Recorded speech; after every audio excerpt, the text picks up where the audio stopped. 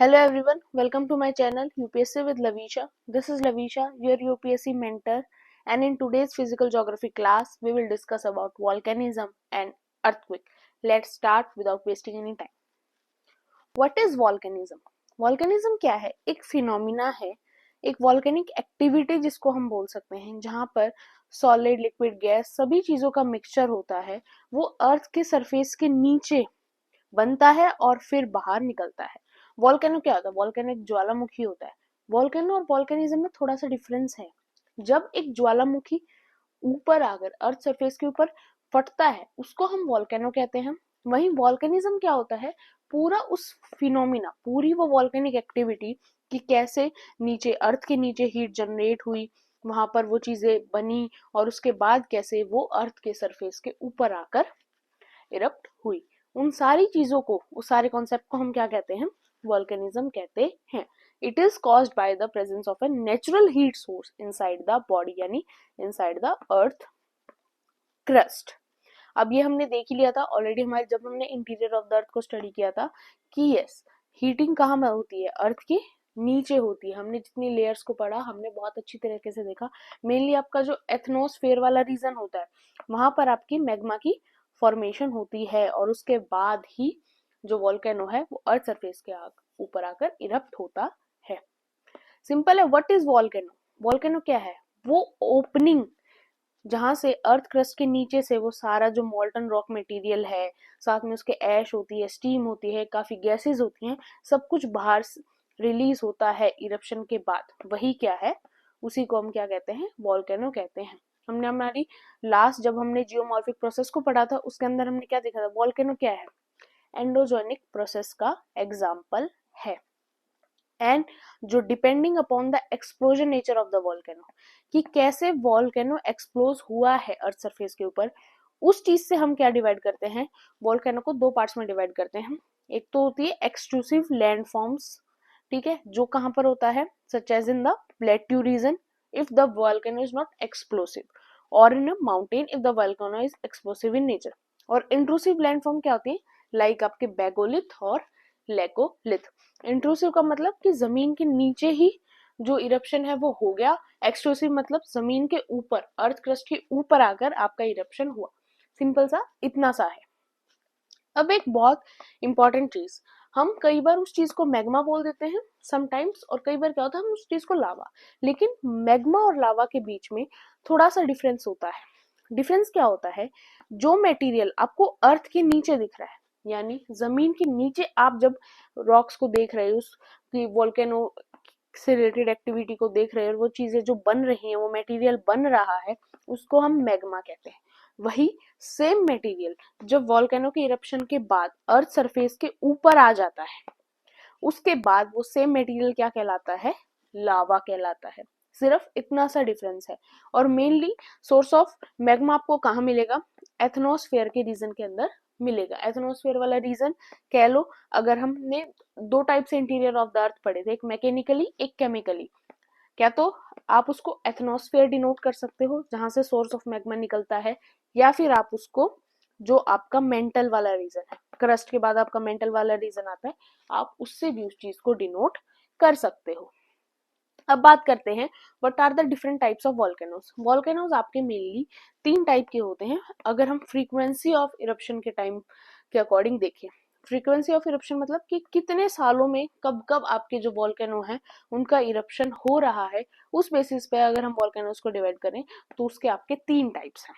पहला है active volcano, वो रीजन जहां पर फ्रीक्वेंटली वॉल्केनोज जो हैं उनका इरप्शन होता रहता है। 5 साल में, 10 साल में, 15 साल में, 20 साल में वॉल्केनोज का इरप्शन वहां पर होता रहता है। वो जगह कहाँ किसके अंदर कैटेगराइज होंगी? एक्टिव वॉल्केनो के अंदर। उसके अंदर आपकी लोकेशंस है जो आपकी पैसिफिक रिंग ऑफ फायर वाली बेल्ट है, जिसके अंदर आपका न्यूजीलैंड का एरिया है, साउथ ईस्ट एशिया का एरिया, जापान का एरिया है, वेस्टर्न कोस्ट है अमेरिका की, वो वाला एरिया। 90% अर्थक्वेक जो है वो भी इसी रीजन के अंदर आपको मिलेंगे। और वॉल्केनिक एक्टिविटी बिल्कुल एग्जैक्ट अगर आपको एग्जांपल लिखना हो, बिकॉज एक चीज है, जो ये टॉपिक है ना, वॉल्केनो हो गया, अर्थक्वेक हो गया, यहाँ से आपका मेंस के अंदर क्वेश्चन बनता है। मेंस के अंदर यहाँ से आपका क्वेश्चन बनता है, GS1 में बनता है, और बिकॉज GS3 के अंदर आपका नेचुरल डिजास्टर वाला टॉपिक एड ऑन होता है, तो वहां भी ये चीज आपसे पूछी जा सकती है, इसलिए हमें थोड़ा सा एग्जाम्पल वगैरह भी हमें इसके याद रखने पड़ेंगे। एग्जाम्पल है क्ले हवाई के अंदर और सेंटा मारिया इन ग्वाटेमाला। ठीक है, तो ये कुछ रीजन हैं जहां पर आपके एक्टिव वोल्केनोज आपको देखने को मिल सकते हैं। नेक्स्ट है डॉर्मेंट वोल्केनो, कि ये एक्सटिंक्ट वोल्केनो तो नहीं है, हम ऐसा नहीं कह सकते उन एरियाज के बारे में कि यहाँ कभी वोल्केनो इरप्शन नहीं होगा, लेकिन कुछ रिसेंट हिस्ट्री के अंदर वहां पर वोल्केनो इरप्शन देखा भी नहीं गया। और रिसेंट हिस्ट्री का मतलब कुछ 2 to 3 ईयर्स या 5 to 10 ईयर्स नहीं है, आप नियर अबाउट 30-40 ईयर्स से ज्यादा का टाइम पीरियड हो चुका है, और उससे भी ज्यादा का कि वहां पर इरप्शन देखा नहीं गया। बट फिर भी हम श्योरली अभी तक ये चीज नहीं कह सकते कि वहां पर अब वॉल्केनिक इरप्शन नहीं होगा। तो वो आपकी लोकेशन से, आपकी कुछ हाईएस्ट माउंटेन है अफ्रीका के अंदर, या फिर आपका माउंट किलिमांजारो है तंजानिया के अंदर, ये कुछ लोकेशंस हैं जहां पर जिनको हम डॉर्मेंट वोल्केनो की कैटेगरी के अंदर रखते हैं। एक्सटिंक्ट और इनएक्टिव वोल्केनोज क्या होते हैं, जिनके बारे में अब हमें श्योरिटी है कि ये अब एक्टिव नहीं बचे और ये अब कभी भी इरप्शन यहाँ पर हमें देखने को नहीं मिलेगा। एग्जाम्पल दीनोधार हिल गुजरात, ये इंडिया का ही एग्जाम्पल है।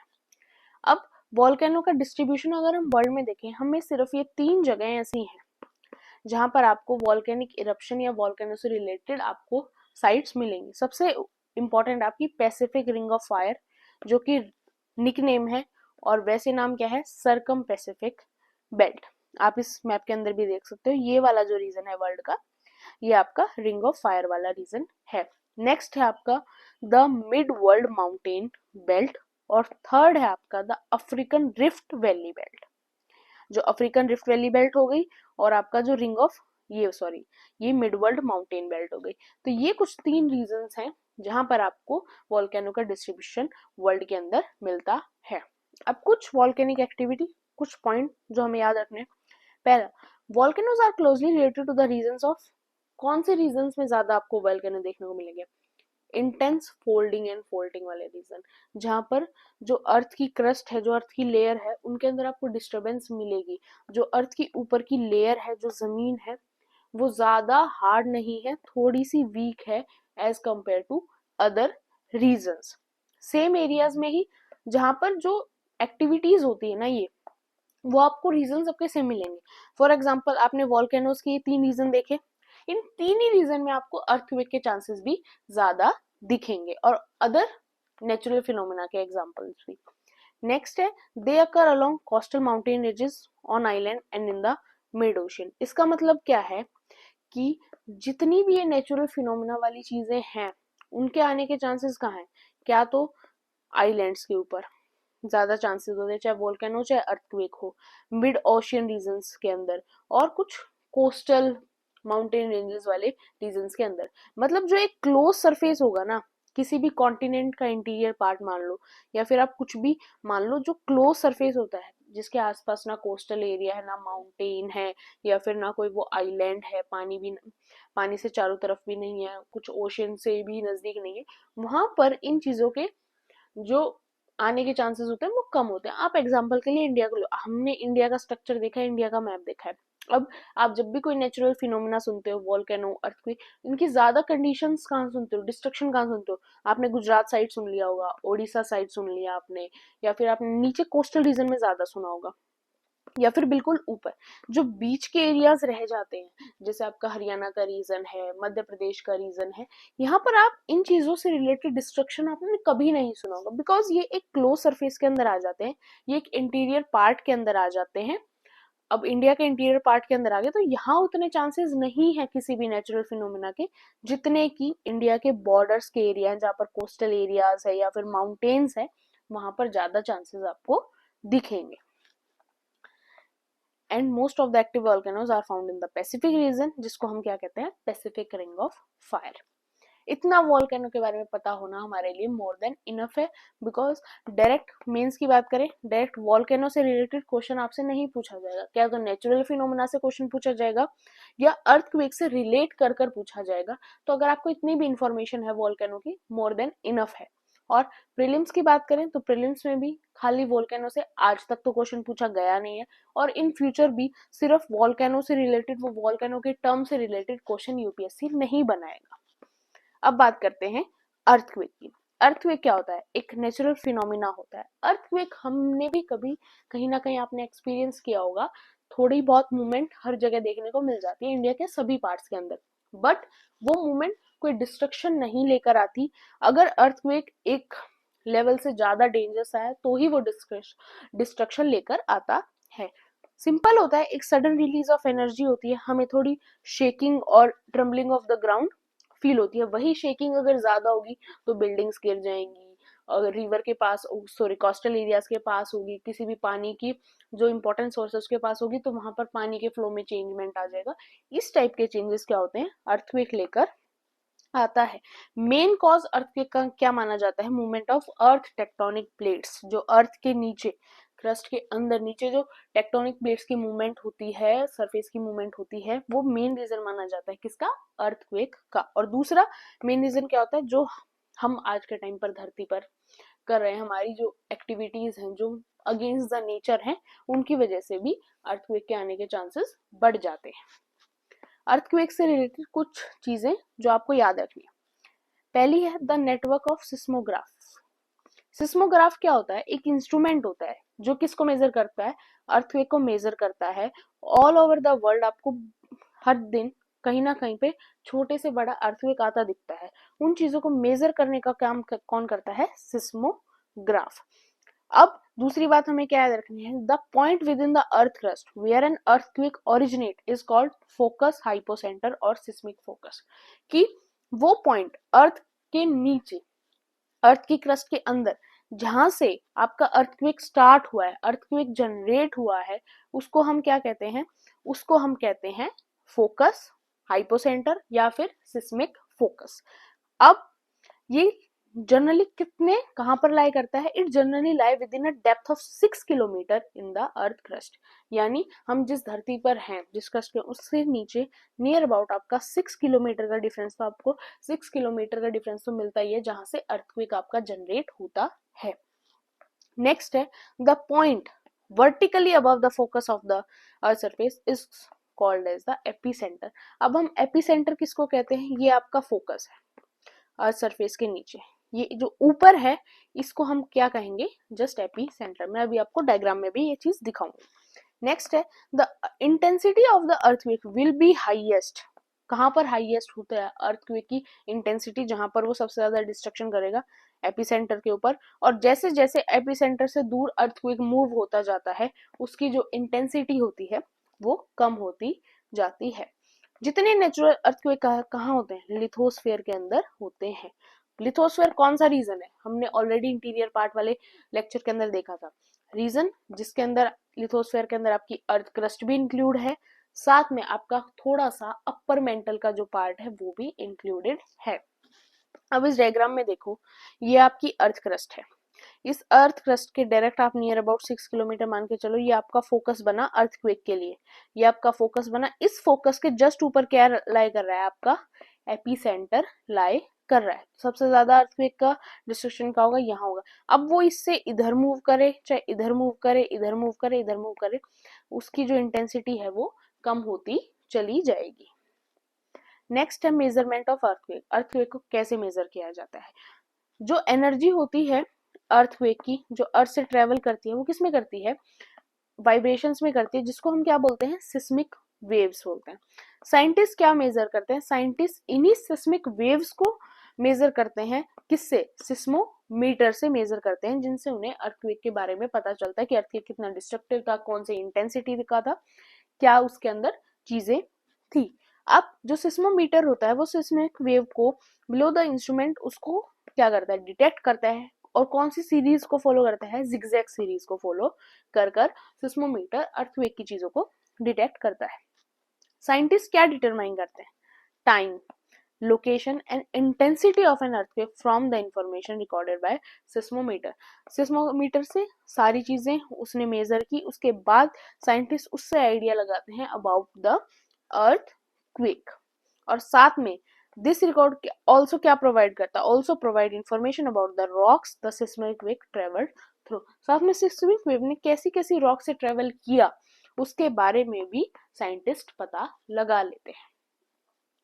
अब अर्थक्वेक के जो इवेंट्स होते हैं उनको हम दो तरीके से स्केल करते हैं, एक मैग्नीट्यूड के अकॉर्डिंग, एक इंटेंसिटी ऑफ द शॉक के अकॉर्डिंग। जो मैग्नीट्यूड स्केल होता है उसको क्या बोला जाता है, उसको बोला जाता है रिचर स्केल, जिसके अंदर हमें ये पता चलता है कि मैग्नीट्यूड क्या था, किस लेवल की एनर्जी अर्थक्वेक के अराउंड रिलीज हुई, जिसको हम किस एक्सप्रेस करते हैं 0 से 10 के बीच में।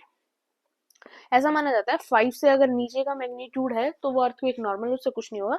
5 to 6 से ऊपर गया तो प्रॉब्लम क्रिएट हो सकती है। नेक्स्ट है इंटेंसिटी स्केल, जिसको एक मर्शेली जो एक इटालियन सिस्मोलॉजिस्ट थे उनके नाम के ऊपर रखा गया है। द इंटेंसिटी स्केल क्या करता है, scale takes into account the visible damage caused by the event. एक अर्थक्वेक से विजिबल जो डैमेज हमें दिख रहा है, हमारी नेक्ड आई से नॉर्मली हम देख पा रहे हैं, उसको जो मेजर करता है उसको हम क्या कहते हैं, इंटेंसिटी स्केल कहते हैं, जो किसकी रेंज में होता है, 1 to 12 की रेंज में होता है। अब बात करते हैं सिस्मिक वेव, जिनको अर्थक्वेक वेव्स भी बोला जाता है।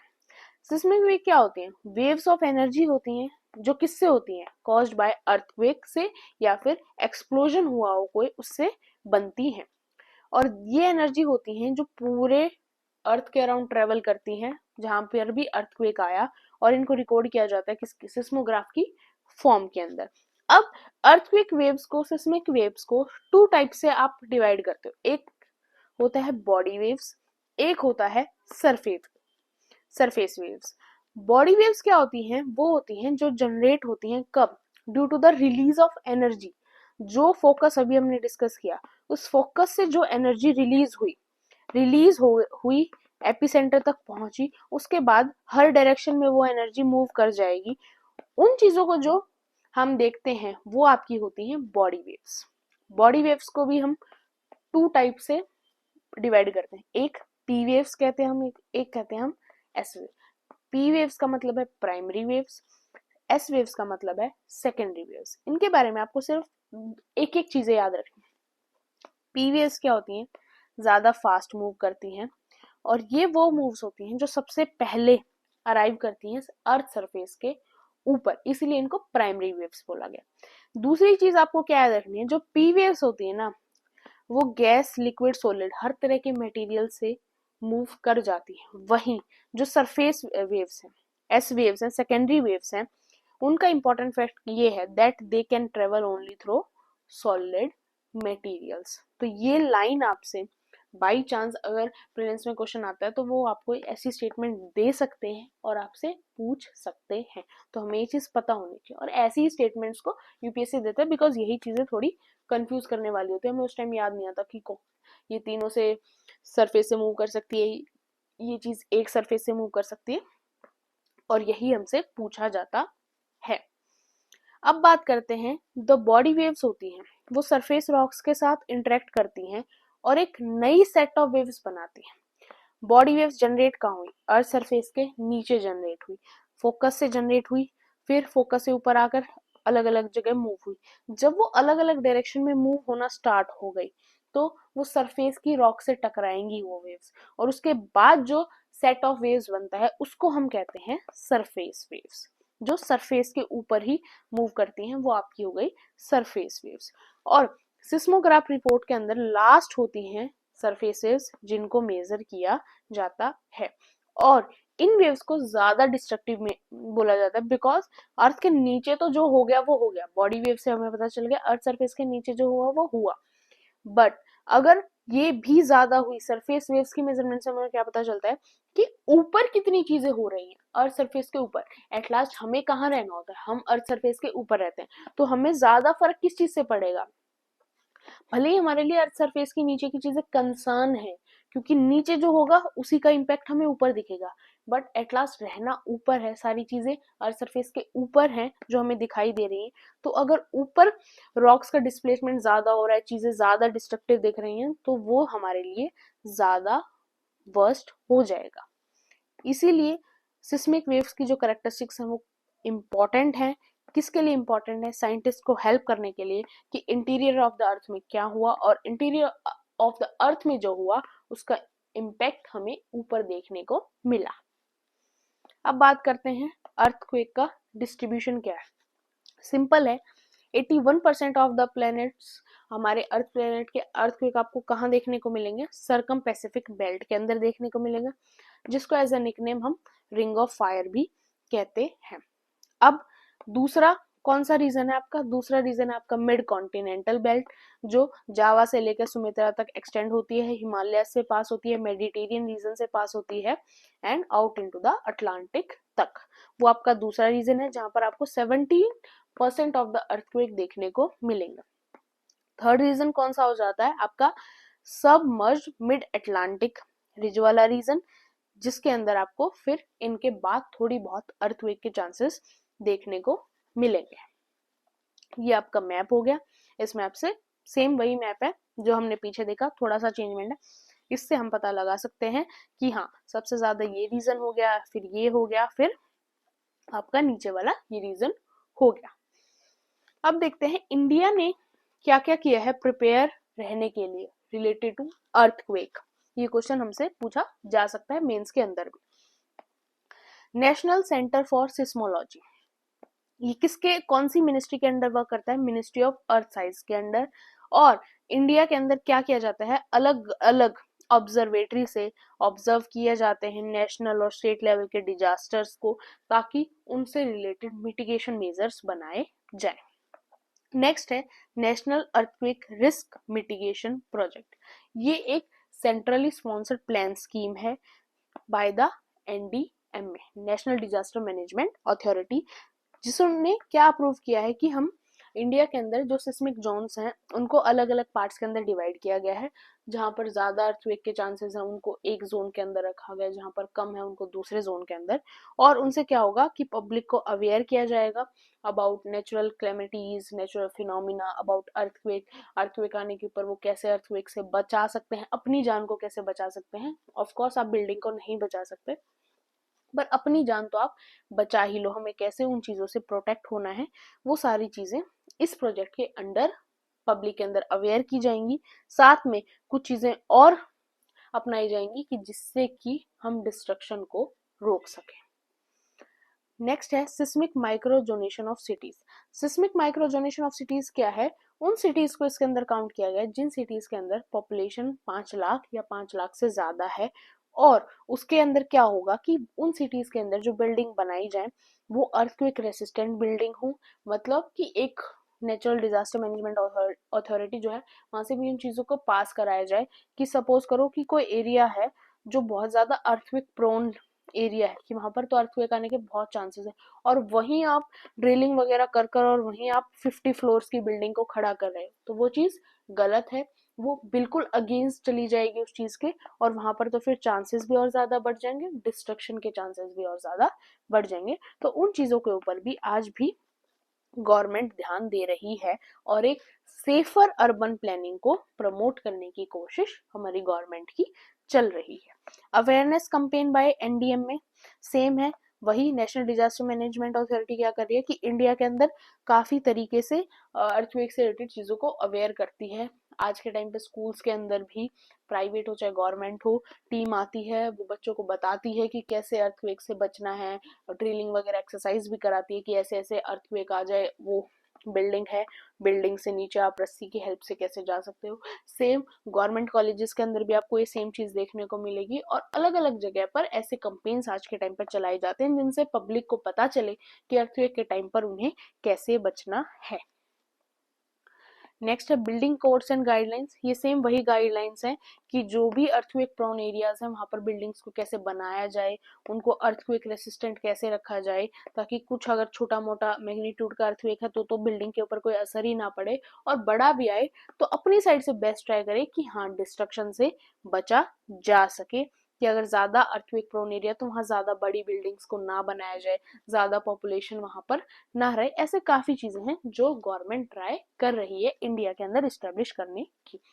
अर्थक्वेक डिजास्टर रिस्क इंडेक्स, इसके अंदर क्या है, ये अटेम्प्ट है कि जितने भी सिटीज हैं उनको अलग अलग इंडेक्स के अंदर, अलग अलग सिस्मिक जोन के अंदर डिवाइड कर दिया जाए, चेक किया जाए कहाँ पर अर्थक्वेक रिस्क ज्यादा है, कहाँ पर अर्थक्वेक रिस्क कम है, और उस हिसाब से चीजों को किया जाए। गवर्नमेंट की गाइडलाइंस बने, एजेंसीज उन चीजों के ऊपर ध्यान दें, और साथ में उन सिटीज के अंदर चीजें इस तरह से हो कि हम अर्थक्वेक से रिलेटेड डिजास्टर को वहां पर कम से कम रोक पाए और डिस्ट्रक्शन को रोक पाए।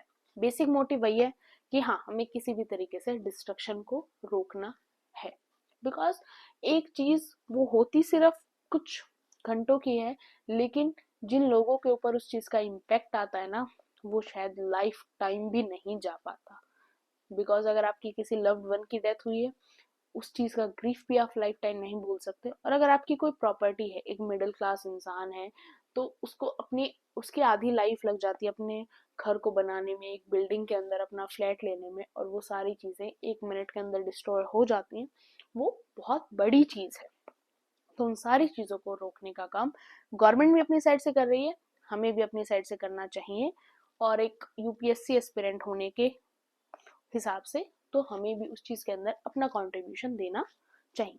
होप आपको वीडियो अच्छी लगी हो। फिर भी कोई भी डाउट हो, कोई भी प्रॉब्लम हो, to mention in the comment section.